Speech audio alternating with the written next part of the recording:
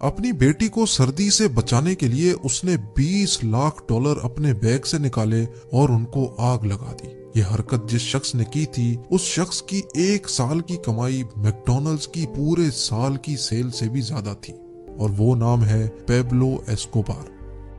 Pablo Escobar late 90s کے دور میں کوکین، ڈرگز اور دنیا میں کئی مختلف جرائم کا بادشاہ ہوا کرتا تھا۔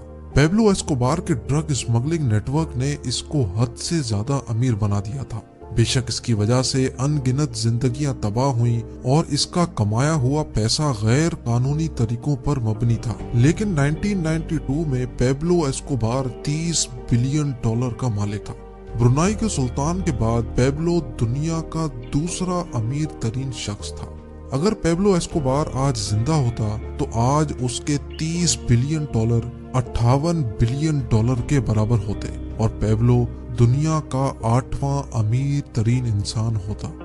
پیبلو ایسکوبار کی ڈرگ سپلائی کا نیٹ ورک اتنا پاورفل تھا کہ پورے 90% امریکہ کو کوکین صرف ایسکوبار کا نیٹ ورک ہی سپلائی کرتا تھا، اور پوری دنیا کا 80% حصہ ایسکوبار کی ڈرگز پہ انحصار کرتا تھا۔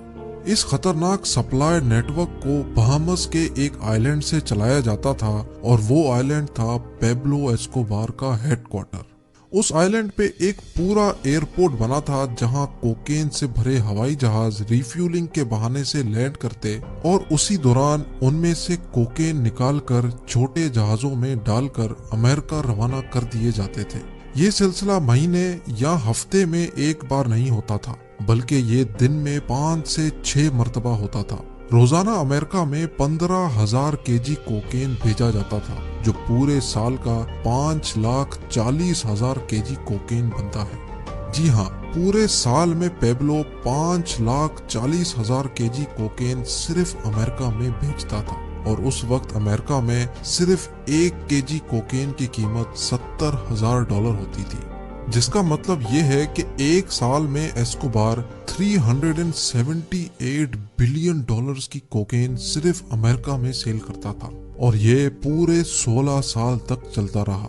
تحقیقاتی اداروں کا ماننا تھا کہ جو کوکین ایسکوبار $70,000 فی kg کی فروخت کرتا تھا، وہ ایسکوبار کو صرف $5,000 کی پڑتی تھی۔ پیبلو ایسکوبار پائلٹس کو صرف ایک فلائٹ کا $5 لاکھ دیتا تھا۔ اس کے علاوہ رشوتیں دینے کے بعد بھی ایسکوبار کو $60 ملین صرف ایک ہی دن میں بچتے تھے، جو سال کے $22 بلین بنتے ہیں۔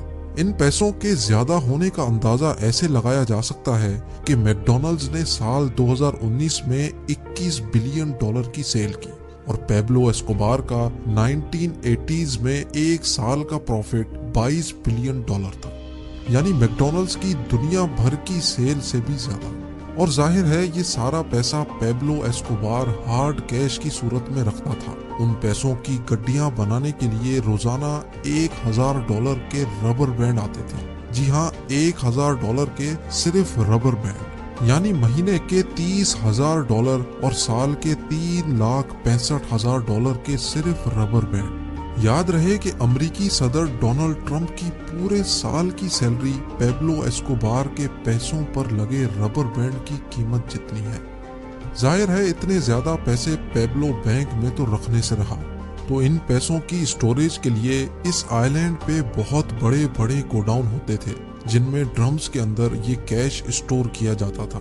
اسٹور کیے گئے ان پیسوں کا 10% سالانہ یا تو چوہے کھا جاتے تھے یا پھر پانی کی وجہ سے گل سڑ جاتے تھے۔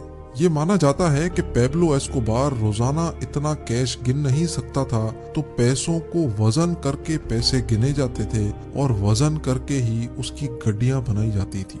ایک مرتبہ پیبلو ایسکوبار نے پولیس سے بچنے کے لیے میڈلن کے پہاڑوں پر اپنے بچوں سمیت پناہ لے رکھی تھی۔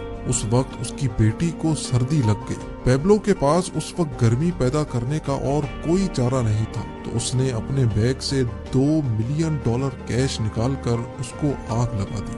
جی ہاں، پورے $20 لاکھ۔ یہ بات پیبلو کے مرنے کے بعد اس کے بیٹے نے ایک میڈیا انٹرویو میں بیان کی تھی۔ اور جیسا کہ اس طرح کی زندگی کا اختتام بھی خوفناک ہوتا ہے، 1993 میں پیبلو ایک پولیس مقابلے میں مارا گیا۔ پیبلو کے قصے آج تک پوری دنیا میں ایک مثال بن کر رہ گئے ہیں کہ انسان جتنا بھی امیر ہو جائے اس کو ساری دولت اسی دنیا میں چھوڑ کر جانی ہے۔